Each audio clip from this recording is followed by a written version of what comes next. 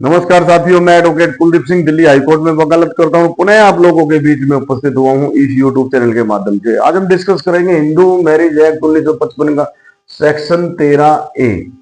और सबसे पहले इसमें याद रखने की बात है कि 13A इसको 1976 जो अमेंडमेंट हुआ हिंदू मैरिज एक्ट के अंदर 1976 में 13A जो है ये इसमें जोड़ा गया 1976 में, 1976 के अमेंडमेंट में। अब सेक्शन 13A की जो हेडिंग है वो क्या कहती है? Alternate relief in divorce proceeding. Alternate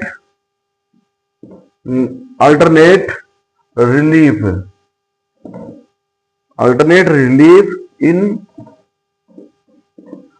divorce proceeding. Alternate का मतलब अतिरिक्त, इसके अलावा। रिलीफ का मतलब रिलीफ इन डाइवोर्स प्रोसीडिंग। अगर कोई डाइवोर्स प्रोसीडिंग चल रही है, कोई तलाक का केस अगर फाइल कर रखा है किसी पार्टी ने, आइदर पार्टी, यानी कि डाइवोर्स का केस कोर्ट में पेंडिंग है या कोर्ट में फाइल किया है, तो डाइवोर्स के केस के अंदर अल्टरनेट, अतिरिक्त, रिलीफ, अल्टरनेट, वैकल्पिक जो है, वैकल्पिक रिलीफ के बारे में जिक्र किया है कि भाई वैकल्पिक, इसके अलावा either party, either husband, either wife के द्वारा डाइवोर्स पिटीशन कोर्ट में फाइल किया, और डाइवोर्स पिटीशन फाइल करने के बाद तो ये जो सेक्शन 13 है ये बताता है कि भाई डाइवोर्स प्रोसीडिंग के दौरान अल्टरनेट रिलीफ दिया जाएगा। अल्टरनेट रिलीफ दिया जा सकता है। It's means this alternate relief it's depend on the court. ये कोर्ट की मर्जी के ऊपर है। कोर्ट की मर्जी का मतलब डिस्क्रिप्शन ऑफ द कोर्ट, यानी कि कोर्ट के विवेक के ऊपर डिपेंड करता है कि कोर्ट, हाँ, पार्टी डाइवोर्स के लिए आई है लेकिन कोर्ट ने उनको अल्टरनेट रिलीफ दिया। तो अल्टरनेट रिलीफ है क्या? अल्टरनेट रिलीफ क्या है? और इसको सेक्शन 13A को एक दूसरी बात याद रखने की बात है, इसको ब्रेक डाउन थ्योरी भी बोलते हैं। ब्रेक डाउन थ्योरी भी बोलते हैं इसको, ब्रेक डाउन थ्योरी भी बोलते हैं। इररिटेबल ब्रेक डाउन थ्योरी भी बोलते हैं इसको। अगर ये जनरली बात है और जनरली समझ में आने की बात है कि भाई ब्रेक डाउन थ्योरी कौन सी है, ब्रेक डाउन कौन से सेक्शन के अंदर ब्रेक डाउन थ्योरी है, या फिर किस सेक्शन के अंदर ब्रेक डाउन थ्योरी दी गई है।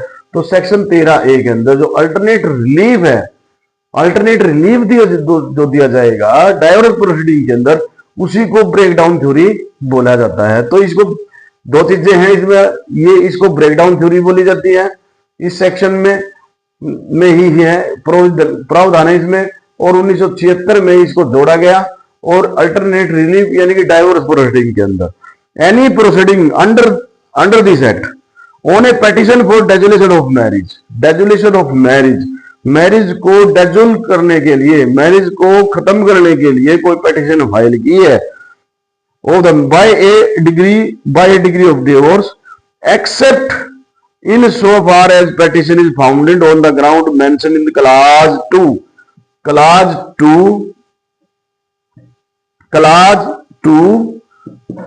और clause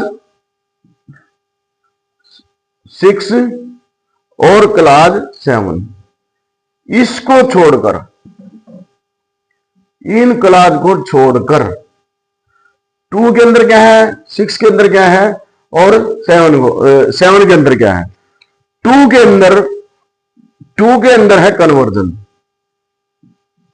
कन्वर्जन का मतलब either party convert her his religion, अपने धर्म को, अपने हिंदू धर्म को छोड़ के दूसरा धर्म अडॉप्ट करना, उसको बोलते कन्वर्जन। इस ग्राउंड को छोड़ के, इस ग्राउंड को छोड़ के अगर ये ग्राउंड है तो उसमें अल्टरनेट रिलीफ नहीं दिया जाएगा। अब ये अगली जो क्लास है वो है रिनाउंस द वर्ड,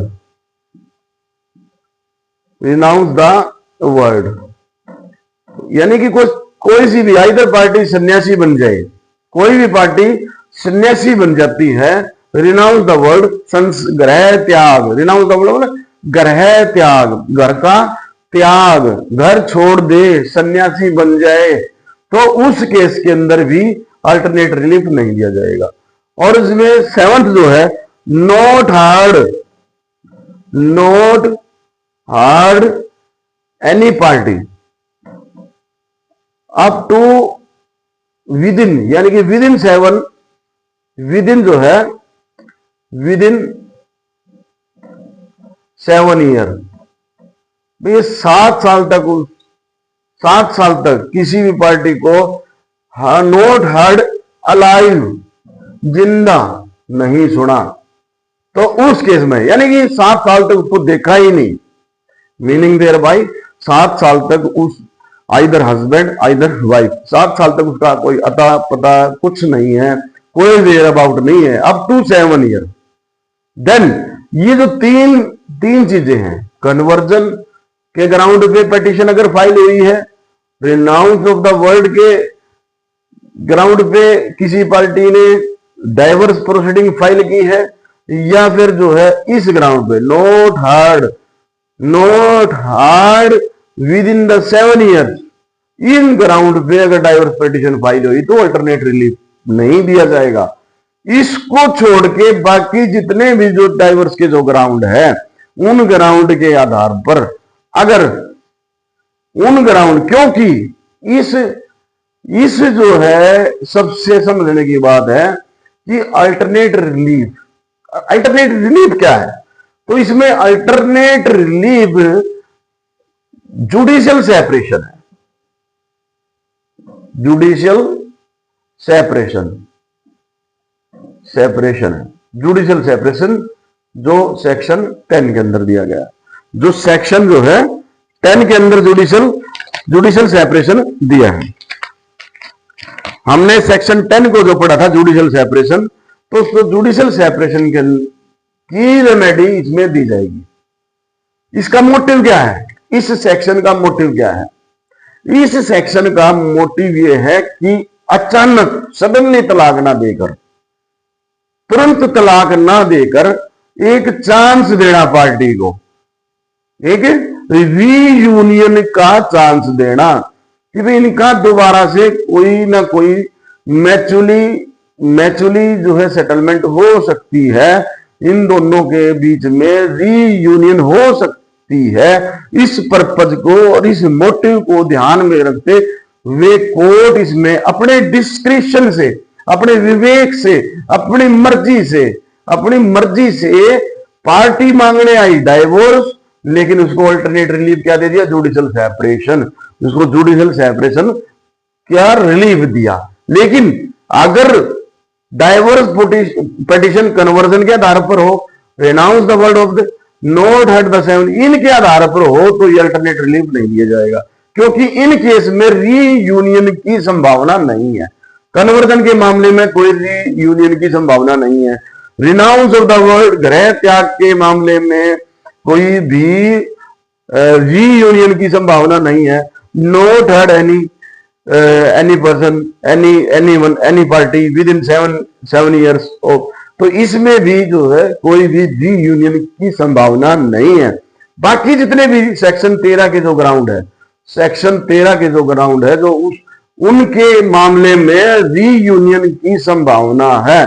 कोर्ट का ये मानना है, कोर्ट की ये ओपिनियन होती है कि भाई तलाक तुरंत नहीं ग्रांट करती, दोनों पार्टी को मौके देती है और एक अपॉर्चुनिटी देती है कि रीयूनियन के लिए कि भी आप अपनी सुलह कर लीजिए। इसलिए इस सेक्शन का ये मोटिव है कि अल्टरनेट रिलीफ इसलिए दी जाता है जुडिशियल सेपरेशन को, कोर्ट को लगे तो। इसकी जो हेडिंग ये कहती है, हेडिंग बिल्कुल ये कहती है, द कोर्ट में इफ इट कंसीडर को लगे या कंसीडर करती है, it just so do having regard to circumstances of the case pass instead of the वो degree of the judicial separation. अगर कोर्ट को लगे सर्कमस्टांसेस ऐसे हैं, हालात और परिस्थिति ऐसे हैं कि भी कोई इनका रीयूनियन हो सकती है, तो उस केस के अंदर ये जो है अल्टरनेट रिलीफ की डिग्री यानी कि जुडिशियल सेपरेशन की डिग्री इसमें ऑनरेबल कोर्ट ग्रांट करता है डाइवर्स प्रोसीडिंग के अंदर। तो ये इंपॉर्टेंट तो चीजें थी। सबसे पहले तो 1976 के अंदर इसको ऐड किया, इसमें इंसर्ट किया। दूसरी बात कि इसमें डाइवर्स प्रोसीडिंग होती, डाइवर्स प्रोसीडिंग के अंदर अल्टरनेट रिलीफ दिया जाएगा। दूसरे जो सेक्शन 10 के अंदर है जुडिशियल सेपरेशन, और ये इनको छोड़कर, इन ग्राउंड को छोड़कर कोई भी डाइवर्स प्रोसीडिंग होगी उसमें दिया जाएगा।